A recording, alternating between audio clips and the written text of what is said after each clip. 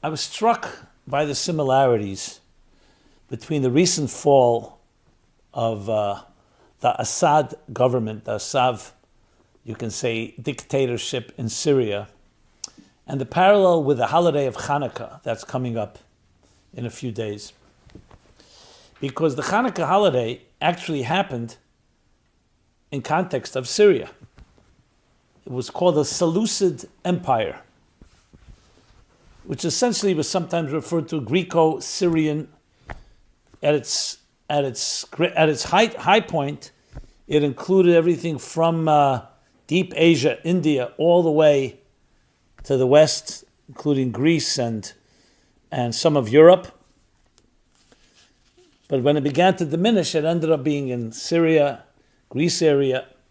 So the story of Chanukah actually happened with a king Antiochus, can be called the Syrian king, who was controlling then that region, including Israel, including the Jews. The second temple was standing, and he, in his Jew hatred and so on, began to oppress the Jews, desecrated the temple, bringing in their pigs to be offered, and many other ways trying to humiliate, starting to forbid the Jews from circumcision, Shabbat, and so on. Long story short, the Jews resisted, and they had in Modin a very small army called the Maccabees. Began with Matisyahu, the former high priest. When he passed away, went over to his son Yehuda Maccabee. They stood up, resistance to the Syrian king Antiochus. They fought a battle which no one thought they could win, and they did. They prevailed. They prevailed, as we say in the prayer, in the Al Hanisim prayer on Chanukah, we say, the many were vanquished by the few, the powerful were vanquished by the weak. And that in turn allowed them to go back to the temple, to cleanse it from its impurities, rededicate the temple. But the menorah, which was dependent on pure olive oil, that was undefiled and uncontaminated, they couldn't find oil. Then they finally found miraculously one small cruse of oil that had the power to burn for one day. It ended up burning for 8 days, and hence the 8 days of Chanukah. A victory over Syria. So though Syria is not the only country in the news right now, we're dealing with Iran and its proxies, Hezbollah in Lebanon, Hamas in Gaza, the Houthis in Yemen, the whole volatility of the region. But with the fall of Syria, interestingly, without a war, it wasn't Israel directly attacking Syria, and Syria didn't attack Israel. But indirectly, everyone sees clearly that the weakening of Iran and Hezbollah, and of course Hamas as well, emboldened the rebels to take over, and Assad flee to Russia. So there was a victory. It's not over yet. We all know there's a lot of unpredictable things happening. But how could you ignore the parallels? And though I always like to be fair and objective, but at the same time, as you can imagine, I have a warm spot, if I could put it that way, for Israel, for the Jewish people. Not to say that they're perfect, but at the end of the day, there is an element here of a battle between light and darkness. What happened on October 7th can only be classified as pure darkness. When you're raping women, mutilating men, women, and children, burning children alive in front of their parents. And I'm only being graphic, relatively graphic, just to drive the point home. And celebrating it. There's something really bad about that. I mean, the word bad doesn't even sound the right word. Something really inhumane, savage, worse than savage. You know, the Jewish people suffered greatly. We were in concentration camps, gassed. Our children were taken from us, men, women, and children. 6 million. And did you see anyone react that way? Would have been justified even for us to go now into Germany or after World War II and do what Hamas did on October 7th? But I don't want to make comparisons because I don't feel any type of moral equivalence altogether. So there are times where you need to call a spade when you have a moral compass. When you don't have a moral compass, you can call good evil and evil good, war is peace and peace is war. Again, this doesn't mean that everyone's doing things perfectly. So in many ways, a real war is fought not about the victories on the battlefield. It's about the victories on the moral battlefield. What do you stand for? I don't know what Hamas stands for. I understand you're going to say it's the resistance of the occupation. Some call it a genocide. Some call it apartheid. They have colonialism. All the Madison Avenue words to trigger ignorant Americans or ignorant people in the West. Even if there are merits to the argument, there are ways to handle it and deal with it. I would like to know if any human being attacked any country would behave in any way, probably far more aggressive than Israel behaved. But point being that there's a time where we need to see light and darkness. Assad, are there people who support him will find justification? What did they say, 100,000? Hundreds of thousands of people disappeared. And they see now the savagery. So there's a war of light and darkness here, more than just the battlefield, meaning the military war. What do we stand for? Chanukah comes to put things into context, into focus, into clarity. That is what light is all about. Darkness is confusion. Whenever you see someone confusing things, and start saying two sides to the story, and so on and so forth, clarity is clarity. There's right and there's wrong. And if there's something that's going to jump out and glaringly be wrong, it'll only be apparent after you shine a lot of light. Not by confusing things matters more. By clouding issues. By putting in a big fog that nothing is clear. So let's clarify what's clear and what's not. What's right and what's wrong. If innocent people are killed, there's something wrong with that if it's done deliberately. If civilians are killed in time of war, if you call them civilians and they're not being used as shields, which they are, then we all cry. But that's part of the consequences of war. So no one's justifying the shedding of any blood. But if that itself is part of the political campaign, that's part of a military strategy. Hide behind innocent children and men and women and hospitals. And then say, look, you're killing hospitals. Where do you think that's the best place to hide among innocent people? Now, who does that? That alone is the most cruel thing. Your own people you're using as shields. So Israel should be thanked by the world for doing the dirty work, cleaning up Hamas and Hezbollah, and hopefully the Houthis soon, and Iran being exposed and defanged, and Syria falling in the process. So I see it as a Chanukah story. We say in the Chanukah prayer, in those days, so too today. B'yamim hahem b'zman hazeh. In those days, and in these times, we relive, we recreate, because history is the best lesson. And remember, Chanukah is not celebrated with marching bands. It's not celebrating with military display of arsenals and weapons as you see other countries do. It's celebrated in a very gentle way. You light a flame. And the next night you light 2 flames. And then 3 flames. You know, Syria goes back long in history. It's even in the Bible. It's called Aram.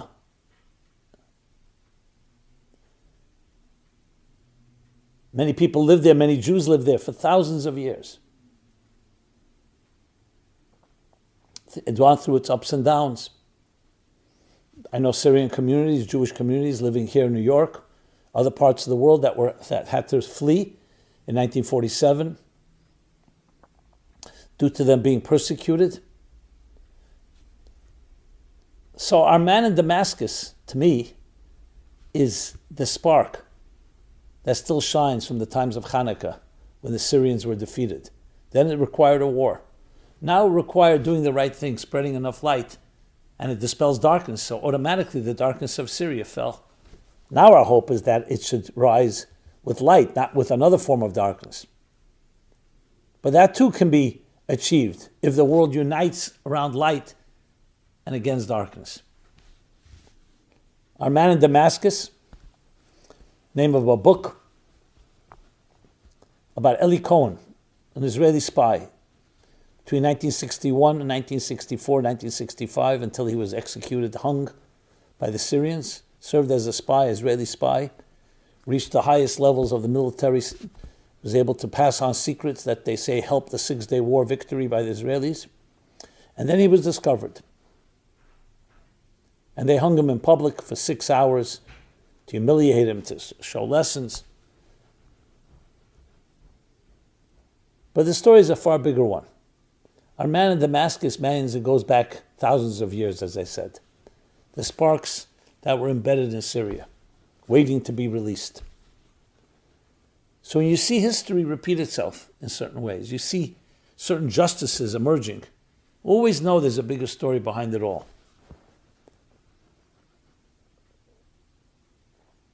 From my point of view, I see this as a stepping stone that will continue to escalate in a positive way. Hopefully, in the same way Syria fell, spread on a flight in other places, and the darkness will be dispelled. But if need be, it may have to come militarily as well. That this whole region, this ancient region, a place where the cradle of civilization began, Mesopotamia, the biblical story of Adam and Eve, modern southeastern Iraq, the journey of Abraham, the discovery of God, of values of justice, virtue, all the values that we cherish so. That journey that began with Abraham and then continued as the Bible declares, and ultimately spread around the world through religions of Christianity and Islam, which cover more than half the planet today. If you have 2.5 billion Christians, 1.8 billion Muslims, what do you have? You have almost 4.3 billion people among the 8 billion. And then the effects of these faiths on the East and the Far East, that we have before us like a domino effect, that when light spreads in one corner, it ultimately has that ripple and butterfly effect on the rest of the world. But we're part of this. We need to be aware of it, and we need to fight the battle for light. And light dispels darkness naturally and automatically without an effort. It's not like fire and water, where enough fire can evaporate a large body of water. Enough water can extinguish the greatest fire. When it comes to light and dark, darkness is only the absence of light. Bring a little light into a dark room, it will automatically illuminate it without any effort. You may need more light to cover the entire dark room. That's our job, to light candles, to be walking menorahs, to be flames in our own personal lives, in our communities, in our cities and states and countries. And may that spread to other countries. And yes, take it back thousands of years, but Yom Mehem, those days of Chanukah. So too today, that the light dispels the darkness. What do we stand for? In times like this, it becomes easier, but also more challenging to stand up. Why is it easier? Because things become clear. It's not like, it's all shrouded in ambiguity. So when you connect the dots of history, you connect the dots of the characters, of the countries, of the geography, a pattern emerges. And it all lies at the heart of Jerusalem. You know, Jerusalem in Hebrew, Yerushalayim, it means complete reverence, complete awe, fulfill. Shalom means complete, yira, awe, reverence. Reverence for something greater than we are. Transcendence. A transcendence that both connects all of us, but also appreciates our diversity. That's what we're fighting for. We have before us literally a historic opportunity. I'm talking about a life-changing opportunity to use all these events for that tremendous global call for bringing light into this world. Morality, equality, human rights, freedom, gratitude, generosity, virtue. And even if you disagree with someone, there are kind and civil ways to communicate. I see no reason why we can't create a revolution of goodness, a revolution of light. So Chanukah comes a perfect time. Couldn't be a better time to have the message of Chanukah with all the conflicts around us, with the instability and the uncertainty and the destabilization. Look, country after country, France, Germany, South Korea, Canada, the United States, the elections, where are we headed? And of course Israel, the Middle East, Iran, its proxies, Syria now. This is not an accident. This is a realignment. This is a market correction. But we have to do something about it. And not just short-term and politically driven, but driven by a higher purpose. That all of this is set up for us to come in and say, the time has come where within our diversity we can find the common ground. Our common God that created us all in the divine image. And by virtue of that, we all have inalienable rights. And if you have something to share, inspire people, educate them. If you have something to criticize, be a living role model that people will say, this is someone I'd like to emulate. Instead of using weapons and swords and other forms of aggression and violence to get what you want. Yes, time, as the prophet tells us, to turn plowshares, to turn our swords into plowshares, and our weapons into pruning hooks, where we help each other. We use technology not to destroy, but to unite. And the same with the other resources we're blessed with. This is the Chanukah message. Light, light, light. And each of us is responsible here. We're not just bystanders. We're not just watching someone else light the candle. You have to light your candle, your flame. Your soul is a flame. Ignite it. Make sure it warms and illuminates everyone and everything around you. And above all, the darkness itself. We light that menorah in the evening as the sun sets, or later. We light it facing outside. And every way represents not just embracing light, but light that dispels and transforms darkness into an even greater light. And that which doesn't kill makes you stronger. When you face these challenges and you come out stronger with more light, then it becomes a light that's inexhaustible, a light that's indestructible, inextinguishable, a light that burns forever in your heart, in your soul, in the heart and soul of your children, of your families, of your friends, communities, and from communities spreading out to the rest of the world. That's the power of light. One flame lights another flame without getting diminished, ad infinitum. Until all these flames come together, as you see, they join together, you can't even distinguish, into a great light that will vanquish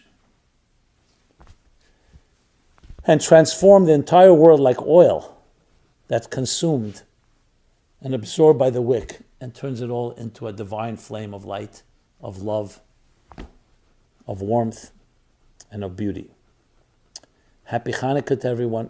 This is a universal message for everyone that's listening, Jew or non-Jew, Muslim, Christian, Jew, Buddhist, person of faith, no faith, whatever you call yourself or don't call yourself. This is a message for us all. Be that flame and look at the effects it has. Effects that are far deeper than we can ever imagine. Thank you. Simon Jacobson here, meaningfullife.com. Please subscribe to our offerings, to our YouTube channel.